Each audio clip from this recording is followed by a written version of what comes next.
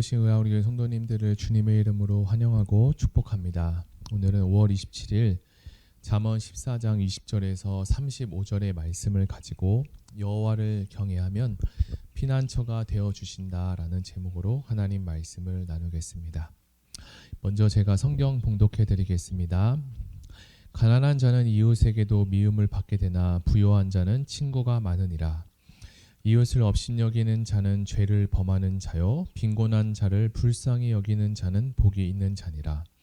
악을 도모하는 자는 잘못 가는 것이 아니냐. 선을 도모하는 자에게는 인자와 진리가 있으리라. 모든 수고에는 이익이 있어도 입술의 말은 궁핍을 이룰 뿐이니라. 지혜로운 자의 재물은 그의 면류관이요 미련한 자의 소유는 다만 미련한 것이니라. 진실한 증인은 사람의 생명을 구하여도 거짓말을 뱉는 사람을 속이느니라. 여호와를 경외하는 자에게는 견고한 은혜가 있나니 그 자녀들에게 피난처가 있으리라. 여호와를 경외하는 것은 생명의 셈이니 사망의 그물에서 벗어나게 하느니라. 백성이 많은 것은 왕의 영광이요 백성이 적은 것은 주권자의 패망이니라. 노하기를 더디하는 자는 크게 명철하여도 마음이 조급한 자는 어리석음을 나타내느니라. 평온한 마음은 육신의 생명이나 시기는 뼈를 썩게 하느니라. 가난한 사람을 학대하는 자는 그를 지으신 이를 멸시하는 자요 궁핍한 사람을 불쌍히 여기는 자는 주를 경외하는 자니라.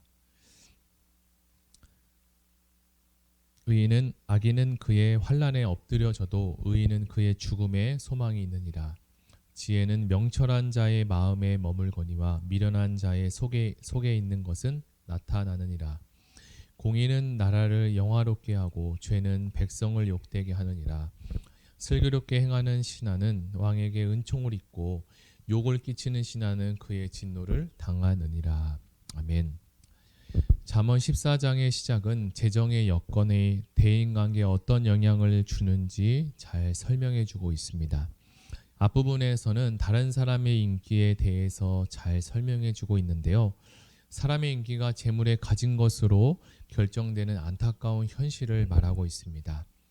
가난한 자는 이웃에게 미움을 받게 된다. 여기서 말하는 이웃은 친구나 동료를 포함하는 개념입니다.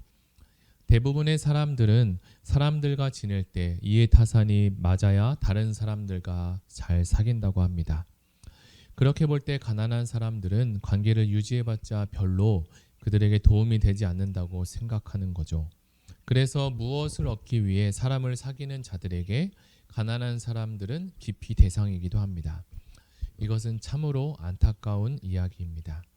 그래서 오늘 잠언은 20절에서 가난한 자는 이웃에게 미움을 받지만 부자는 많은 사랑을 받는다고 기록하고 있습니다.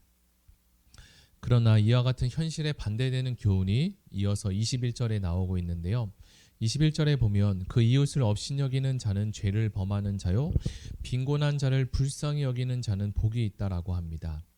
이웃에게 직접적으로 또는 물리적으로 해를 가하지 않아도 비웃고 조롱하는 것도 성경은 죄라고 명확히 이야기합니다.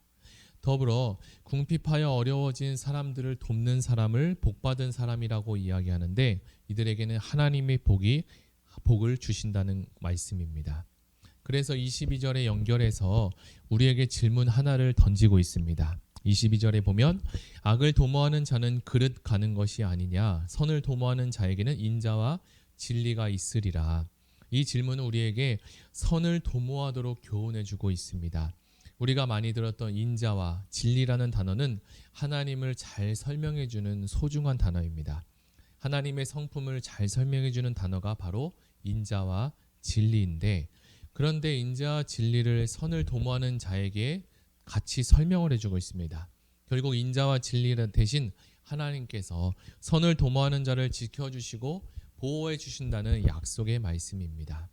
반면에 부요한 자에 대한 이야기를 또한 설명하고 있는데 다시 앞절에 20절로 돌아가면 부요한 사람은 친구가 많다고 했습니다.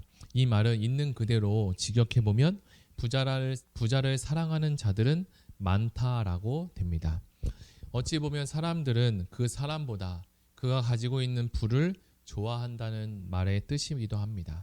결국 가난한 사람은 돈이 없어서 미움을 사게 되고 부자는 돈이 있어서 환영을 받는다고 합니다. 그래서 저자인 솔로몬은 이 솔로몬이 보았을 때 대부분의 사람들은 그 사람의 다른 사람의 행동과 그리고 인격보다는 그가 가지고 있는 경제적인 지위와 그리고 재물에 따라 그 사람을 판단하고 좋아하기도 싫어하기도 한다고 이야기합니다. 이어서 23절이 기록하고 있는데 모든 수고에는 이익이 있어도 입술의 말은 궁핍을 이룰 뿐이다 라고 합니다. 특별히 우리가 잠언 말씀을 계속적으로 묵상하고 있는데요. 잠언 말씀을 읽다 보면 이러한 생각이 듭니다. 열심히 일하는 개미와 그리고 일하지 않는 배짱이가 생각나는 구절들이 참으로 많이 있습니다. 오늘 23절의 말씀도 이와 비슷한데 우리가 열심히 일을 하면서 수고하는 것은 우리에게 많은 이익을 제공해 줍니다. 그러나 일은 하지 않고 이어서 나오는 입술에 말만 하는 사람들이 있는데 그럴 경우에는 궁핍만 생기게 되고 가난을 벗어날 길이 없음을 교훈하고 있습니다. 이 노동이라는 것은 창세기에서 하나님이 우리에게 주신 우리에게 벌을 내리신 것이 아니라 우리에게 축복을 주신 것입니다. 하나님이 복으로 주신 이 신성한 것이 바로 노동인데 그러므로 모든 수고에는 그에 상응하는 보상이 따라오게 됩니다. 이 말씀을 현대어 성경에서는 더 편하게 그리고 쉽게 표현하고 있는데 한번 읽어드리겠습니다. 쉬지 않고 열심히 땀 흘려 일하면 살림살이가 불어나나 앉아서 입만 놀리고 있으면 찾아오는 것은 가난뿐이다. 기록된 대로 우리는 내게 맡겨진 일을 충성으로 일하면 하나님께서 그에 상응되는 축복과 은혜를 부어주실 것입니다. 24절에 지혜로운 자의 재물은 그의 면류관이요 미련한 자의 소유는 다만 미련한 것이다 라고 합니다. 우리가 읽었던 24절은 앞서 읽었던 18절과도 비슷하는데 같이 연결됩니다. 앞에서는 지혜와 그 사람이 이 지혜를 가진 사람의 면류관이라고 하는데 14장 24절에서는 지혜자의 재물이 사람의 면류관이라고 말합니다. 이 금어는 재물 자체보다 재물을 소유한 자 그리고 재물 관리에 초점을 맞추고 있습니다. 지혜자에게 재물이 있다는 것은 그가 정직하게 재물을 모았거나 분별력이 있어 가진 재물을 자신과 남을 위해서 적절하게 쓸 줄 안다는 것을 뜻합니다. 그래서 여기에서 지혜자가 소유하거나 사용하는 재물은 그 사람의 됨됨이 그리고 분별력, 긍휼을 보여주는 영화로운 면류관과 같다라는 것을 시사하고 있습니다. 그러나 반대로 미련한 자는 소유를 모으거나 사용하는 것에 있어서 자기의 미련함만 보일 뿐이라고 합니다. 25절, 26절, 27절에 이제 보면 정직과 그리고 여호와의 경외에 대한 금언으로 구성되어 있는데 25절을 포함한 진실한 증인에 대한 권유와 거짓 증언에 대한 경고는 잠언에서 우리는 종종 발견할 수 있습니다. 이는 법정에서 일상에서의 거짓말이 중재임을 확실하게 밝혀주고 정직한 말을 하며 하나님을 경외하도록 권면해주고 있습니다. 26절에 여호와를 경외하는 자에게는 견고한 의뢰가 있으니 그 자녀들에게 피난처가 있으리라. 여호와를 경외하는 일에는 강한 힘이 있다고 합니다. 여호와를 향한 두려움에는 강한 힘이 있다는 것은 얼핏 듣기에 좀 이상한 말로 들려질 수 있습니다. 두려워하는 자가 강해진다? 무슨 뜻일까요? 이것은 누군가를 두려워할 때 두려워하는 자는 약자의 위치에 있어서 강해질 수 없는데 그러나 두려움의 대상이 하나님이 될 때는 또 이야기가 달라집니다. 하나님을 두려워하는 자에게는 여호와께서 그에게 강한 힘이 되어 주신다고 이야기합니다. 그리고 그의 자녀들에게도 복을 주시는데 하나님께서 피난처가 되어 주신다니 이것이 얼마나 큰 놀라운 은혜가 아니겠습니까? 여호와를 경외하는 신앙은 후손까지 누리는 안전을 약속해 줍니다.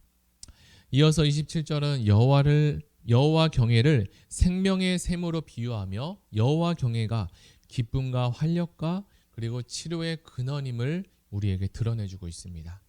그뿐만 아니라 여호와 경외를 통하여 하나님이 내가 어떤 삶을 살기를 원하시는지 또한 알게 되는데 매사의 정의와 그리고 사랑을 실천해서 그리고 이웃사랑을 증거하는 삶을 살게 됩니다. 30절에는 평온한 마음은 육신의 생명이나 시기는 뼈를 썩게 한다고 합니다. 30절에 마음의 평온과 시기를 대조해서 설명해 주고 있는데, 먼저 평온한 마음이라는 것은 부드럽고 그리고 고요한 마음을 말합니다. 이 상태는 무엇일까요? 이 상태는 염려나 걱정이 없고 감정의 굴곡도 찾을 수 없을 만한 감정을 이야기합니다. 그러나 이와 반대된 대조되는 시기라는 것은 뼈를 썩게 한다고 합니다. 시기하는 마음이 얼마나 안 좋기에 뼈까지 썩게 할 것인가. 시기하는 마음은 분노와 질투로 가득 차게 되는데, 이 마음은 앞에서 이야기한 평온한 마음과 반대적입니다.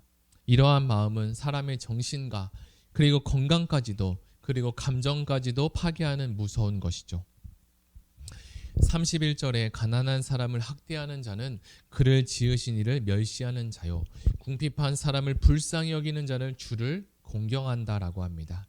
31절은 앞에서 이야기한 재정과 관련된 관점으로 우리가 설명할 수 있습니다. 가난한 사람을 대하는 것이 곧 창조주 하나님을 대하는 것과 같다. 성경은 특별히 가난한 사람을 학대하는 것을 멸시하고 있습니다. 그와 반대로 궁핍한 자를 불쌍히 여기는 자가 있는데, 하나님은 가난하고 궁핍한 자를 실질적으로 도와주는 자에게 그가 하나님을 대하는 것과 같은 은혜를 주신다고 합니다. 마음을 다해서 어려운 이웃을 돕는 사람은 그 이웃을 자기의 모양과 형상대로 만드신 하나님을 공경할 수 있습니다. 33절의 지혜는 명철한 자의 마음에 머물거니와 미련한 자의 속에 있는 것은 나타난다라고 합니다. 33절은 다시 지혜와 어리석음을 강조하고 있는데, 명철한 자의 마음에 지혜가 머물고 미련한 자들의 내면에는 미련함으로 채워지게 됩니다. 지혜는 명철한 자와 오랫동안 함께하기를 원하는데, 여기서는 머물다라는 동사를 사용합니다. 이처럼 사람이 얻은 지혜는 평생 동안 그가 슬기로운 삶을 살고 윤택한 삶을 살 수 있도록 돕고 계속 머물러 있습니다. 반대로 미련한 사람들은 자신의 미련함을 속이려고 하지만, 감추려고 하지만, 그러나 그들의 미련함이 그들의 언어와 그리고 행동을 통해서 계속적으로 드러나기 때문에 다른 사람들로 하여금 그 미련함을 알게 됩니다. 자, 이제 말씀을 정리해 보겠습니다. 잠언 14장은 여호와 경외하는 자가 누리는 복에 대해서 여러 모양으로 잘 설명해 주었는데요. 재정을 어떻게 준비하고 대하는지에 따라 대인관계도 성숙하게 할 수 있음을 알려주고, 여호와를 경외하는 자는 이웃을 인격적인 관계로 대하며 어려움에 처한 사람들에게 같이 아파하는 마음을 갖고 돕고자 하는, 그리고 실천하고자 하는 그런 마음과 실천을 할 수 있습니다.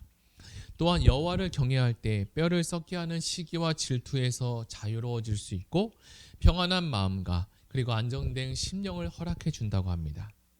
사랑하는 의왕우리교회 성도 여러분, 모든 성도님들이 여호와를 경외함으로 하나님과의 관계가 온전히 회복되고, 그리고 이웃과의 관계도 성숙해질 수 있기를 예수님의 이름으로 축복합니다.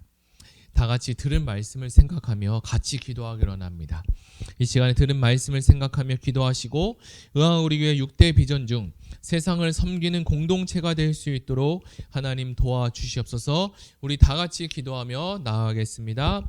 사랑의 하나님, 감사합니다. 오늘 잠언 14장의 말씀을 통해서 하나님과의 관계, 즉 여호와를 경외하는 것을 통해서 여러 가지 모양으로 하나님께서 지혜와 명철과 또 우리에게 주시는 삶의 윤택함의 복을 허락해 주심을 말씀을 통해서 증거해 주셨습니다. 하나님, 우리가 살아가면서 지혜 없음을 먼저 하나님께 시인하고, 우리가 하나님이 공급하시는 또 알려주시는 또 가르쳐주시는 이 지혜를 따라 살아갈 때 하나님께서 함께 하시고, 하나님을 경외함으로 하나님과의 관계가 회복되게 하시고, 하나님을 경외함으로 이웃과의 관계가 회복되어서 물질도 관계도 지혜도 그리고 이웃을 돕는 것도, 하나님 그리고 어려운 상황에 처해 있는 사람들도 돕는 것도 우리가 지혜롭고 명철하게 할 수 있도록 주님 우리를 붙들어 주시옵소서. 우리의 모든 성도님들이 그러한 성도님 될 수 있도록 도와주시고, 하나님을 날마다 경험하며 하나님을 찬양하며 나아갈 수 있는 은혜가 날마다 풍성하게